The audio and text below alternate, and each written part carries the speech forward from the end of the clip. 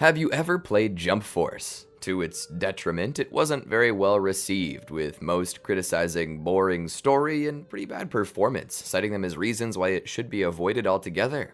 But while the game may not be everyone's slice of cake, I did like the concept of it. The concept of worlds crossing over. Mostly this was just Shonen Jump manga, which was actually one reason why I felt it missed out. Some of the best anime and manga of all time exist outside of Shonen Jump. But besides that, another issue some games like Jump Force experience is that they're too large. When you add so many series together and try to make each one feel as important as the next, you end up with a world that feels cluttered. You know the old saying, when everyone is special, no one is special. The same could be said for Jump Force. So I would like to try my hand at writing a mostly original story that includes elements from various manga that I think would work well together, and we'll see if I can do something better than Jump Force. So I would like you to join me as we visit a world where heroes collide and villains join forces. Welcome to the Amagi. Before we begin, only 25% of our viewers are subscribed, so if you're a fan of the video, please like and double check that you're subscribed. And with that out of the way, let's get going. Fulfillment, peace, freedom. Three concepts that all forms of life chase. All humans anyway. Or, well, we idealize them anyway. A world where nobody is lonely. A world where nobody needs to die in a war or lose those they love to circumstances beyond their control. A world where anything you wish to do and see becomes reality. Three concepts that are pure and desirable, yet elusive. This is the story of colliding worlds. But where do we start? The beginning is good, but perhaps the best way to start a story is to introduce the heroes. In a world where anything is possible and anything you wish for could come true, a particular spiky-haired man in an orange gi sat on a picnic blanket, pigging out as per usual. "Goku, I've known you for years, and yet your appetite still surprises me," a woman with blue hair said. Sitting before Goku was bento box after bento box. Goku loved to eat. It was one of the many things he indulged in that brought his life fulfillment. It brought him joy. He wasn't the only one. Vegeta, to his side, was also stuffing his face like a pig. Was this some sort of rivalry? Had they somehow turned gluttony into a competition? No, that wasn't it. Vegeta ate like this at home as well. So what was this? Saiyan instinct? Saiyans were a proud warrior race, and Vegeta would not let you forget that. Ever. To them, training and eating were life, and it only made sense. A big and varied diet, along with daily exercise, weight training, sparring, and anything else that would get the body moving were keys to growing one's strength. As work tore the muscles down, food built them back up. Their life was one of constant battle, not because it had to be, but because they loved it. They were always looking for trouble, just to enjoy the tension. Saiyans were a mystery all to themselves. As simplistically as they lived, their lifestyle choices on the scale of a planet made no sense. Why did they have to be in combat their whole lives? If you asked Vegeta, he would lecture you about pride, but what did it mean to have Saiyan pride? What did any of it even mean? So what? Vegeta fought simply because that's what his ancestors did, and he had somehow fallen into subscription to a warmonger's toxic masculinity. That being a man meant having pride, being strong, and fighting all the time. Not Goku, though. Goku respected all forms of strength, physical, mental, or spiritual, and he had fought for years before he ever knew he was a Saiyan. It was bred into him. If you had asked him why, he would have said, because it's fun. But were Goku and Vegeta slaves? Were they slaves to their genes, to their race? Or could it possibly be that contentment did not have to come from being yourself? Bulma smiled as she watched her husband and her childhood friend enjoy their meal. Perhaps I'm overthinking this, she thought to herself. Perhaps freedom isn't the only decision to go your own way. Maybe freedom was also the decision to go the way others went. The only question that mattered was, does this make you happy? Contentment, a simple thing. Goku finished his meal and sat back with a sigh. Phew, that was good. Vegeta, stoic as ever, sat there silently, watching what he might call idiocy, but his own way of caring for a friend. Without speaking, they both knew what was on each other's mind. Hey Vegeta, wanna spar? For the first time today, Vegeta cracked a smile. But as they stood, a new energy filled the air. In the heavens above them, a red circle expanded. Rings of crimson and red, scarlet and pink, opened as a dark core appeared, a hole dug in the sky. From within, an ominous wind blew, and the bolts of electricity forming white-hot plasma. "What is this energy?" Vegeta asked as he looked into it. Goku stood there, his generally happy-go-lucky brow furrowed in a serious manner. I don't know, he said before cracking a smile, but whatever it is, it's strong. Konohagakure was a peaceful little village. The Fourth Shinobi World War had made it so. In all honesty, it was contradictory that war should beget peace, but perhaps there were just some causal nexuses that could never be separated. These were the thoughts of Sasuke as he sat atop the Hokage's monument. "What are you thinking about?" Naruto said as he stepped out. Naruto saw the sight and wondered to himself how many times he'd been here. How many times had he looked upon the scene? The finest handiwork, the most pure brushstroke of any artist, drawn by the very hand of God. A living painting, one of incomparable beauty. Sasuke looked back at Naruto, seeing his white cape draped about him and his ever-present smile that spoke of optimism and believing in hope for as long as life allowed him to. Sasuke couldn't help but return the smile a bit. "I was just reflecting on our journey to this point. All the struggles, strife, and hardships." Naruto walked up next to him. "And if I could go back, I wouldn't do anything different," the Hokage said as he looked out over their peaceful little village. He looked down at Sasuke with a smile. "What about you, Sasuke?" Sasuke thought about it. "There are a lot of things I regret having done." Naruto nodded. "But you were on your own journey. Perhaps life took us in different directions, but it taught us the same lesson. What it means to be a shinobi. It's a rough road, but consider this. If you had done anything differently, would you be who you are today? Where you are today? Would Konoha even exist today?" Sasuke thought about it. "I suppose you make a point.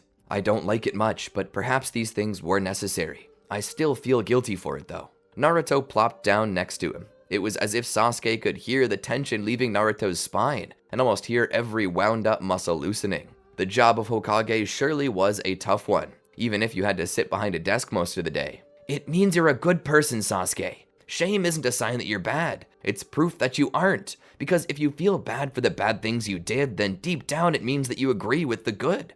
So at your core, you must be good. Mistakes are made by everyone. The desire and willingness to change and be better is what separates a hero from a villain. Today, Sasuke, today you are a hero." Sasuke shook his head. "Why are you always like this? I can never sulk in peace without you somehow making me feel better about myself." Naruto laughed as he scratched at the back of his head. "I guess it's just a gift." Suddenly, as they said that, a massive portal opened up. Naruto and Sasuke both stood. "What is it?" Naruto asked as he peered into the dark center of the projected rings. "Otsutsuki?" Sasuke asked as he looked at it. He activated his Rinnegan to peer deeper into it to sense nothing. "What do you see?" Naruto asked. Sasuke was silent for a moment. "I do not see any chakra signatures, but that is most definitely some sort of space-time jutsu. It's connecting us." "Connecting us to what?" Naruto asked. Sasuke shook his head, unsure about what it could be. "We need to check this out." Thundering clouds roared overhead as a single ship passed through the raging seas of the Grand Line. At the helm, the captain stood, his smile defying the very nature that threatened to scuttle their tiny ship. Defiance. Defiance was his middle name. Monkey D. Luffy, captain of the Straw Hat crew, smiled brightly in the face of certain doom. His dreams of adventure, of becoming the pirate king, at reaching the pinnacle of freedom burning within him like a flame that lit even the darkest of hours. Below on deck, Usopp and Chopper ran in circles, crying for their lives as even the first mate, Roronoa Zoro, seemed to be sweating in anticipation of an oncoming demise. Or so it seemed. It could have simply been the rain rolling down his cheek, the same rain that smashed into them like 1,000 razor blades. After so much time traveling, after so many kingdoms and battles that they faced, to be afraid of a little bad weather seemed ludicrous, but even Luffy wasn't dumb enough to deny the strength of the sea. "Are you sure we're going in the right direction, Nami?" Luffy called out with a loud voice as to be heard over the roaring winds. Attempting just to stand, Nami gazed at the map. "We are." Luffy let off a hearty laugh. "Then deeper we go. We will find the One Piece, and I will be king of the pirates." In the crow's nest, Nico Robin kept her eyes open. The horizon seemed clear, but that was until she noticed something appear not too far from the bow. It had come out of nowhere. Lightning struck the sea, and suddenly the water opened up like the drain of a bathtub. Robin's blood ran cold. She cried down with a voice so loud she feared she might destroy her vocal cords. "Maelstrom!" Frankie heard her words, and without even a glance at Luffy, he began to turn the wheel, pulling hard to starboard in hopes of evading the deadly whirlpool. Turning to the point of going a complete 180, they attempted to get out of the eddy's pull, but their ship continued to drift in its direction. Pressing a button, Frankie attempted to activate the booster engines to get them out of there, but suddenly something unprecedented happened. The formation of a water spout. No, wait, It wasn't so much a water spout, more like the maelstrom had inverted. The water that once pulled down into the heart of the Grand Line now ascended into the heavens. Following it up, Nico looked into the clouds and saw what looked like a hurricane in the air, a swirling mass of clouds. As the ship's booster rockets finally took, the ship creaked and lurched forward once more before being pulled back. "We can't get out of it," Frankie shouted as the vessel continued to be pulled toward the spinning pillar of water. The whole crew screamed and cried in terror, all save Luffy, who laughed with an unnerving insanity, a challenge to death itself to see whose will was stronger. And suddenly, with that, the ship passed into the clouds. As they flew through the hole, their eyes were assaulted by a negative image of the universe itself, as if blacks had become white and reds become blue. Holding on for dear life, their ship passed through the infinite nothingness of a world beyond comprehension, a world where fantasy and reality were the same. For a moment, Luffy thought he caught a glimpse of a strange floating structure out in the void, but as his eyes turned to look at it, the structure had disappeared. "What was that?" he asked himself. Suddenly he heard Nami cry out, only for her hand to be grabbed by Sanji. "Nami dear, I'll never let you go," he cried with infatuation despite the situation they were in. Robin, still in the crow's nest, somehow shouted down, "White hole?" Luffy asked questioningly. He looked out and saw another swirl of perfectly circular clouds as white light poured out from the center. They continued to move closer to it when suddenly they passed through. Gravity caught them and suddenly began to jerk them down. "We're gonna break up," Zoro shouted as they fell. Frankie shook his head. "It'll take more than a simple fall to shatter the Sunny." "You'd better hope you're right," Zoro responded. All Straw Hats gripped whatever they could as the ship suddenly hit the surface of the water. They floated there slowly as the crew attempted to regain their bearings. Nami stood and looked at her maps. Pulling out a log pose, she attempted to regain their bearings, finding that it was not working. "Bad news, guys. It looks like our log pose is busted," she said. "It's not busted," Zoro said as he stood in the doorway. "We're somehow no longer in the Grand Line." Nami's eyes widened with confusion. Luffy was by portside rail, looking out over the sea with his spyglass. When Nami grew closer, he handed it over to her. She took a look through and saw land, but not like any island she had ever seen before. This was large. It was an entire country, it seemed. But what startled her more was what she saw on the landmass. "What are those vehicles?" she asked. Frankie took a look. It was metal, possessed for wheels, and an enclosed cab. "Looks like some sort of cart or detached train car, but more compact?" "A car?" Luffy asked. Zoro stood there silent for a moment. Then he spoke. "Well, we're not gonna figure out anything just by sitting here. We should make port and see if we can get a hint at our location and how to get back into the Grand Line." And with that, they steered their ship, making their way closer. As they drew closer, their vessel weaved and bobbed between submerged buildings of a type they'd never seen before. "What happened here?" Sanji asked as he lit up a new cigarette. "Looks like the city's partially submerged," Zoro said as they viewed the buildings passing them by. They came to what could only be described as some kind of wharf and dropped anchor. Stepping out onto the concrete, the confused Straw Hat crew walked around a bit, hoping to find an answer. All the while, Luffy's stomach growled. "I wonder if they have someplace to eat." Goku and Vegeta awakened in the city proper. They were upon a rooftop. "Oh, what happened?" Goku asked as he sat forward. "What could be so strong that it could knock out I, the Prince of all Saiyans?" Vegeta asked with a hint of anger in his voice. Goku thought back. He saw a flash of the universe. He recalled seeing something flashing there in a glowing being of immense proportions. But before he could remember more, his mind went blank, as if trying to protect him from remembering something either he couldn't or shouldn't. Standing up, he came to the edge of the building and looked down at the rest of the world. It wasn't quite West City. Goku reached out to seek any familiar key. He couldn't sense Krillin, Piccolo, or Gohan. No, he couldn't sense King Kai or Beerus either. The only familiar energy he sensed here was Vegeta. "Where are we, Kakarot?" Vegeta asked as he came to the edge. Goku shook his head. "Heck if I know." The two ascended into the air and began to fly about, looking down on the city. So much of it seemed familiar, but not quite. Slightly dystopian, not too unlike Trunks' world. It was hot. The air was sweltering, the humidity so high that Goku felt sweat already forming on his brow. "Strange. Wasn't it fall? Why does it feel like summer?" Vegeta asked. "I'll never get used to your Earth's seasonal cycle," he said to Goku, as if somehow blaming him for the sudden change of seasons. "We need to find someone who knows where we are."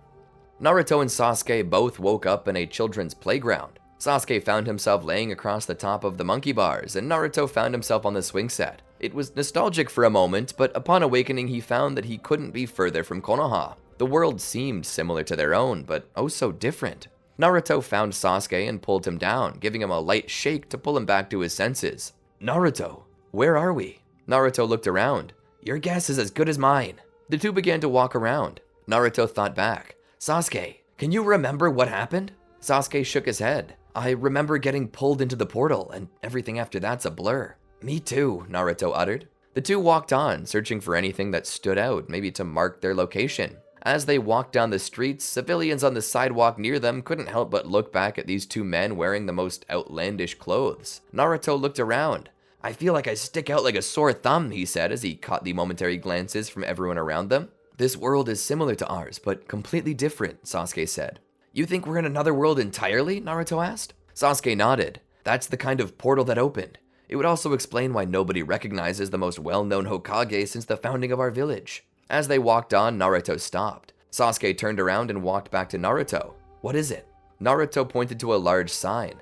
Sasuke, turning his head, read it aloud. Welcome to Tokyo 3. Where is Tokyo 3? Naruto asked. Suddenly, there was an alarm that went off. A citywide PA system began blaring a message loudly. A state of emergency has been declared. Please board the nearest tram to the underground shelter. I repeat, a state of emergency has been declared. Please board the nearest tram to the underground shelter. The message repeated itself further a few more times. What's going on? Naruto asked. Suddenly, they felt a shaking of the ground. Naruto and Sasuke looked to each other. They began running toward the nearest building, their chakra allowing them to stick to the side. Coming to the top, they turned around and saw a light coming over the hill. There were strange vehicles hovering in the sky, each one discharging some sort of loud projectile weapon. Missiles not too unlike those used by the Ashura Path began to be launched from the vehicles. The people of Tokyo 3 were fighting something. Naruto and Sasuke continued to watch as suddenly a creature appeared before them. It was large, dark, and appeared to have bone-like protrusions, like an exposed ribcage and shoulder blades. Its face was not too unlike a plague doctor's mask, and it possessed a single crimson orb in the center of its chest, near the solar plexus. What is that? Sasuke asked. Naruto shook his head. Possibly a sort of tailed beast? Kurama cut in suddenly. No, that's not a tailed beast. I don't know what that is, but it possesses no chakra signature whatsoever. The creature moved a little forward, but was halted by another barrage of missiles. There was a shimmering light as the creature blinked twice, its head turning slightly in either curiosity or annoyance.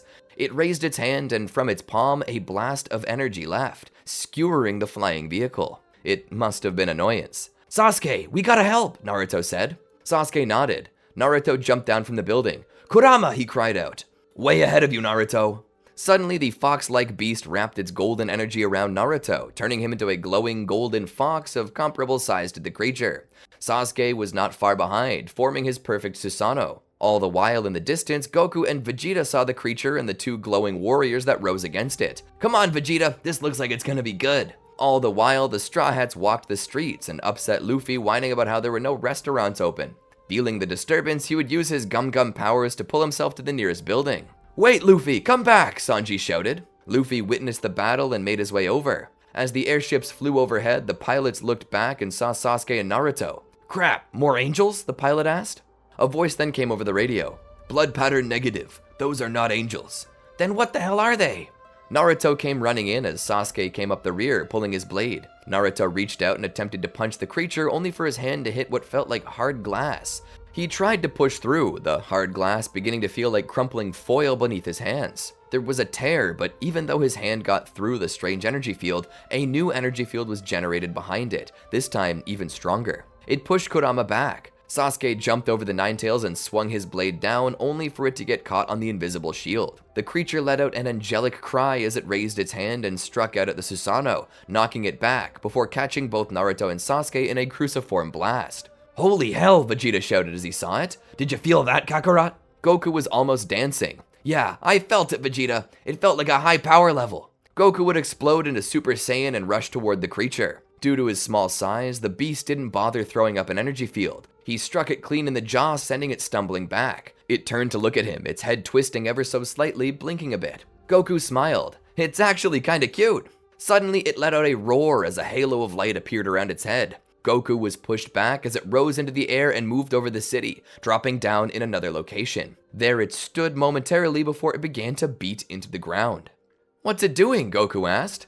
"Hell if I know, not that it matters. I'm taking this thing down now," Vegeta shouted as he turned Super Saiyan as well. He rose into the air and looked down upon it. "You dare turn your back on the Prince of all Saiyans? I'll make you suffer for that." Pulling his hands to his sides and raising his leg over the other, a purple energy began to form around Vegeta that sparkled. Goku cried out, "Be careful, Vegeta, you don't want to blow up the whole planet." Before Goku could even finish his warning, Vegeta had fired. Gallic Gun! The purple energy came out of the sky down on the creature. It turned its head to look at the blast coming and let out a troubled warble before throwing up another AT field. The field caught the blast but began to falter as Vegeta poured more power into it. "Take this!" Vegeta shouted as he increased the volume of the blast. The shield shattered and the creature was eaten up by the blast. As Vegeta hovered above the flames, he smiled and looked back at Goku. "Nothing at all, Kakarot. I'm disappointed. We should have stayed home." Goku pointed down toward the flames. Vegeta." The Saiyan Prince turned back, a gasp caught in his throat as he saw it rise from the ground. The creature's body was heavily burned and damaged, but suddenly new body parts began to form under the old, bubbling flesh boiling to the surface to cover and repair old damage. The creature regenerated to full power as if nothing had even happened to it. Swinging its long arms, it knocked both Saiyans to the ground with enough force to create a crater below them. Luffy saw this and came flying in. "Gum pistol!" he shouted as his arm pulled back, extending with extreme elasticity. Then suddenly the hand went forward until it too was caught by the field. The creature gripped his hand as its eyes flashed. Suddenly there was an explosion of light. Luffy was blasted. The creature then threw the boy to the ground. One of the remaining pilots called it in. "Unknown combatants on the field. Friendlies by the look of it. They're attacking the third angel, but to no avail." A voice on the other side spoke. "Roger. Sending out EVA Unit 01. Suddenly, a hatch on the surface of the streets began to open up as a guiding rail shot up. A moment later, the rocketing elevator came to a sudden stop as what appeared to be a violet-colored robot appeared. It stepped out and pulled from its back a large rifle. It began to fire at the creature, its blasts managing to somewhat pierce the AT field. However, this did not do much to stop the beast from moving. It pulled a progressive knife from its shoulder and began to approach the angel. Using the knife and all the strength it could muster, it began to push through. It supplemented its cutting power with its own personal AT field, which proceeded to overpower the enemy AT field. Once through, the Evangelion unit stabbed the knife deep into the red core, cracking it. Twisting and turning the blade, red ooze-like blood began to pour from the now screaming angel's core. With one more deep shove, the entire core split into two before suddenly bursting into a pool. The entire angel itself slowed its movement to nothing.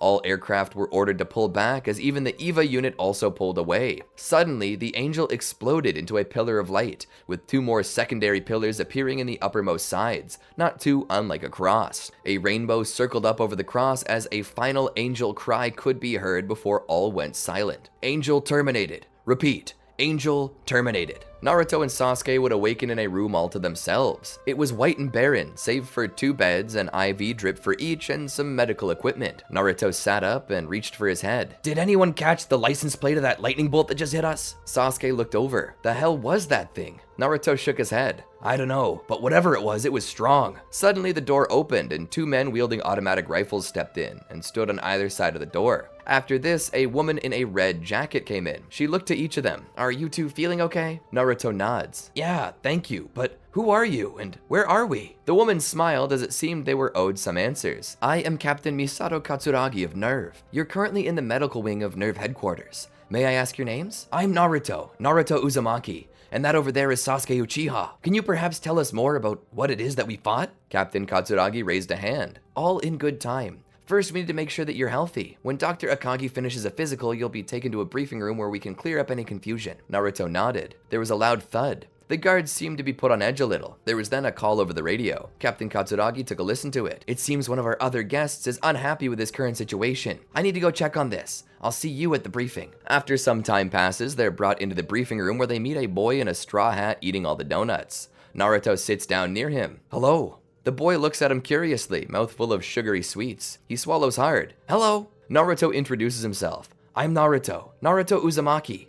Luffy looks at him, feeling slightly nostalgic, as if he's maybe met this man before in another time and place. "Monkey D. Luffy, pleasure." Not long after, an angry man with spiked hair walks in. Another in an orange jumpsuit follows. Calm down, Vegeta. Don't you want to know what's going on? I don't need to know what's going on, Kakarot. I want to find that big-ass monster and kick its ass. That might not be possible, Captain Katsuragi says as she walks in, her young charge by her side. The creature was neutralized. Vegeta's eyes widen in wrath. What? By who? Katsuragi points to her left. By him. The young boy offers the smallest smile and a slight wave with his hand. His name is Shinji Ikari, and he was the pilot of EVA Unit 1. Goku immediately slides over and looks at him. Wow, he's young. Can't be much older than Goten and Trunks. He pokes the boy's noodle arms. He could stand to do some training. You know, maybe I'll take him out and spar with him. No, Shinji manages to get out before his voice fails him again. He better be strong, Vegeta said. He stole my chance at getting back at that oversized skeleton. I'm gonna take it out on his ass. All color fades from Shinji's face as he stands there. Suddenly, Goku and Luffy make eye contact. Both raise their index fingers to point in surprise, and both exclaim at the same time, "It's you!" Naruto looks from Goku to Luffy, then back to Goku. Katsuragi raises a brow. You two know each other? Goku stands there for a moment. Well, sorta. We met once in a tournament. Captain Katsuragi then continues. At about 1100 hours today, the Magi picked up strange readings over the skies of Tokyo 3. The doors of Guff had opened as if it were the second impact all over again. But no angels came through this time. It seems as if none of you have any records, nor do any of you possess any knowledge of this world. So it's only natural to believe that you came through the doors from another dimension.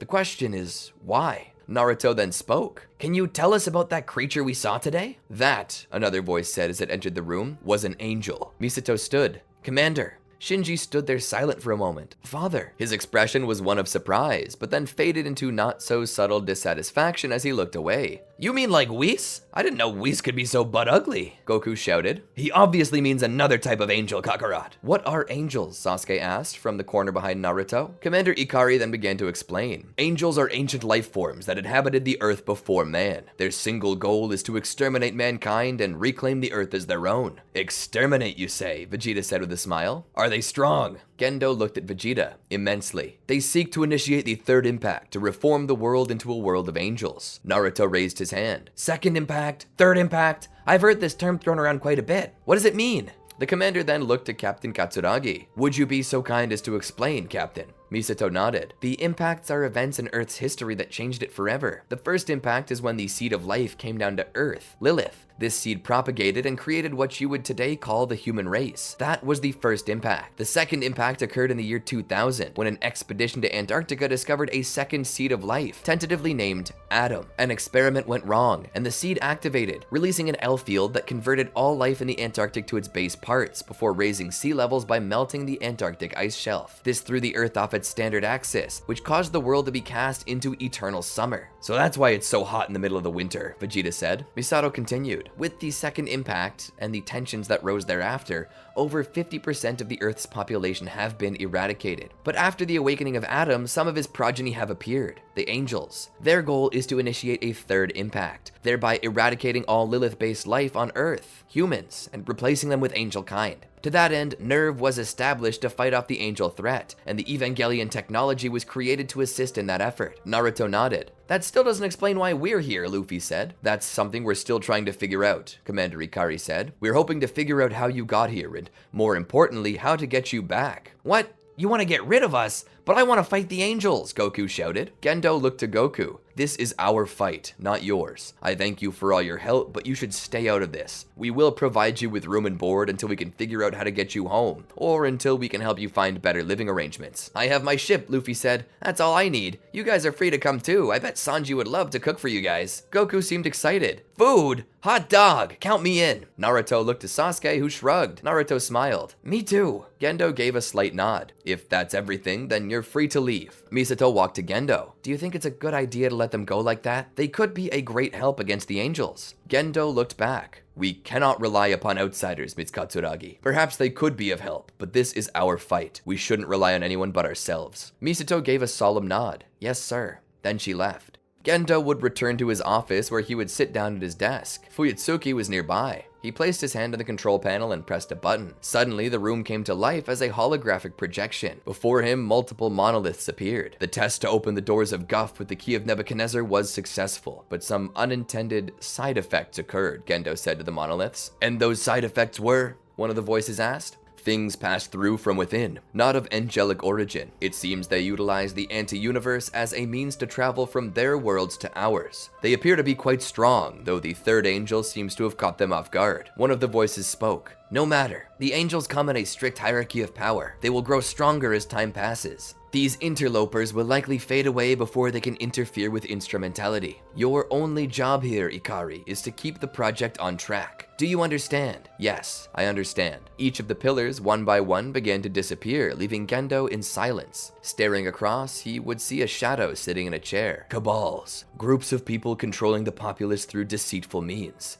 It always puts a bad taste in my mouth, the shadow said. Ikari sat there for a moment before he took a deep breath. He then spoke. Let those who pretend to have power continue to believe that they possess it. After all, God is in his heaven. All is right with the world. The shadow sat there silently. In my world, they called me a god. Others called me a devil. Which do you call yourself? Ikari asked. The man thought for a moment. I'm a man. A simple man who seeks only one thing. Freedom. True freedom. Freedom from the chains others would put on me. Freedom from the pain the world brings. Freedom to be who I desire. See what I desire. Do what I desire. I had thought that, perhaps, with my power, I may slay my enemies and free my people. But I've done that so many times. I'm tired of playing the devil. I wish to play a god now. With the power of the angels, and with the power of the Golgotha object, I can finally free myself from the only chains that could ever bind me. Fate, and with it, I will fulfill all of our dreams. Dreams of freedom, the man said.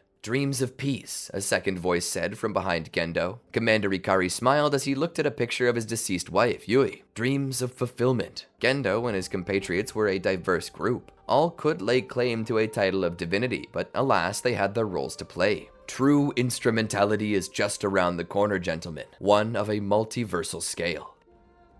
And that's where I think I'm gonna call it quits for now. I can't tell you just how much fun I had making this video. I had so many ideas and plot lines running through my head, I can't help but want to chase them all. But for simplicity of story, I think it's best that I follow only one main line of events. But you know what that means. If you like all these stories, maybe I can tell some different ones later on. Make new collision worlds using different anime with different heroes and villains. Let me know what you'd like to see in the next video. Don't forget to like, subscribe, and ring that bell to be notified about the latest videos as they drop. And until then, peace.